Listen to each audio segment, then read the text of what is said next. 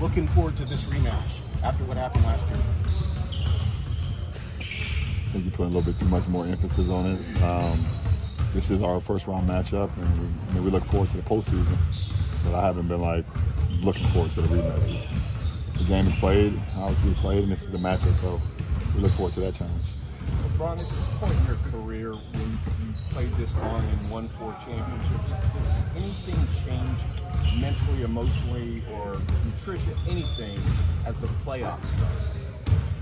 Yeah, of course. A lot of things change in the way you approach, the matchups, the way you approach the game, the way you approach the days before the game, leading up to each and every game. So, yeah, of course. How much of this is it equally mental and physical? It's both. It's both. Obviously, the physical toll the postseason has. The games are a lot more physical. A lot more taxing on your body, but also your mind have to be there even double. So mentally it's very taxing as well. But it's fun. Can you tell by looking at your teammates' eyes that they're getting into this? Yeah, today was the first day of prep, and we still have another day for tomorrow, and then a morning on Saturday to continue to prep. So I think guys are excited about this opportunity to be in the postseason. It's 16 teams. That will have an opportunity to win a championship, to win 16 games. So that's always exciting. LeBron, the past doesn't necessarily dictate the future, but the script in these games has been similar a lot. Where against Denver, where the final 4 minutes or so, they go to a place offensively, and you guys haven't been able to execute defensively. From a problem-solving standpoint, how big of a challenge is that specific part of the game, and how much time have you been thinking about that, working with the coaches to try to stop that trend?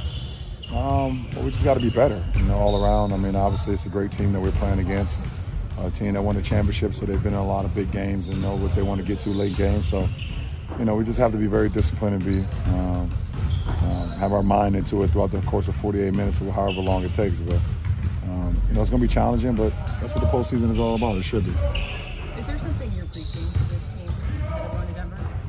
No, just be ready to go. Hold yourself accountable.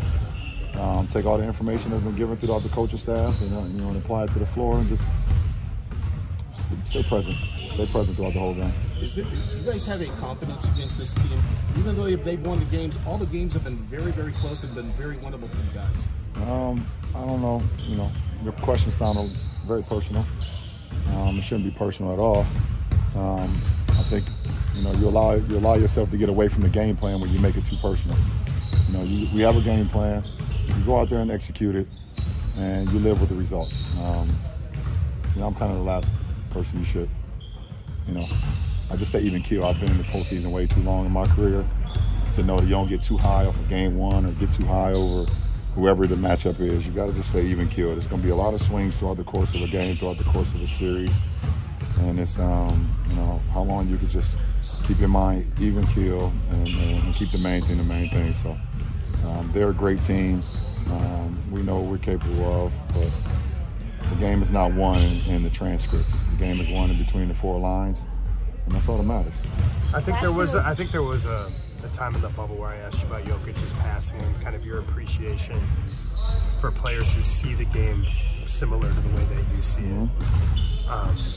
Having experienced him as a competitor a ton as he's gone to this next level, when you're that unselfish of an offensive player, what does that do? When you're the best player and you're that unselfish, what does that do to a team?